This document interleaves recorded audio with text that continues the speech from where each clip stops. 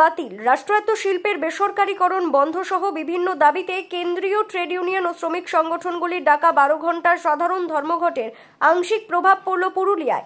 সকালের দিকে আংশিক দোকানপাট খোলা রয়েছে। সরকারি বাস চলাচল স্বাভাবিক থাকলেও কয়েকটি রুটে বেসরকারি বাস রাস্তায় নেমেছে।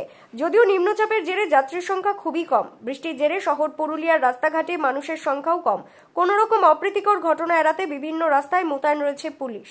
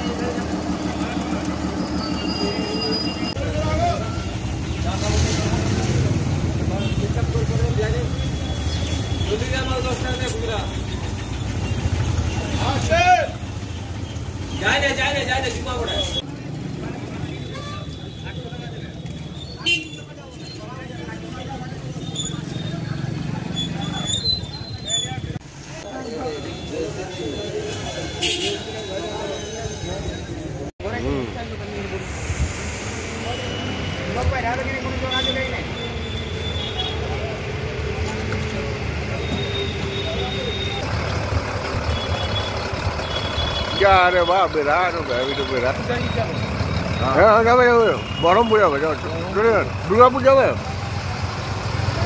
আমার যাওয়া ছিল ঝরিয়া। হ্যাঁ, কিন্তু এইখানে যে প্রবলেম চলছে, কি প্রবলেম দেখলাম যে এইখানে বাস এসে পরে ফেসে গেলাম। আচ্ছা, এবারে সেইখানে তো বলার তো কিছু নেই। তার মধ্যে দেখছি এইখানে যে জনসাধারণ যে অসুবিধা হচ্ছে সেটা তো কি আর বুঝবে না, কোনো পার্টি বুঝবে না। এটা তো জানতাম না, হঠাৎ বন্ধ হয়েছে সেটাই বুঝতে পারছি এসে। কিন্তু এটা তো করা উচিত না, পাবলিক জনসাধারণকে এইভাবে হ্যারাসমেন্টে ফেলাটা ঠিক না। কিন্তু এটা বুঝবে কে?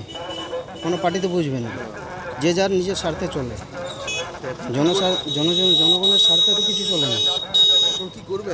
এখন কি করবে দেখছি, যদি চলে তো ভালো, বাস যদি চলে তো ভালো, তাহলে যেতে হবে, নইলে কিছু করার নেই, আবার সেই ব্যাক করে যেতে হবে। কি নাম আপনার? নিরূপম প্রামাণিক।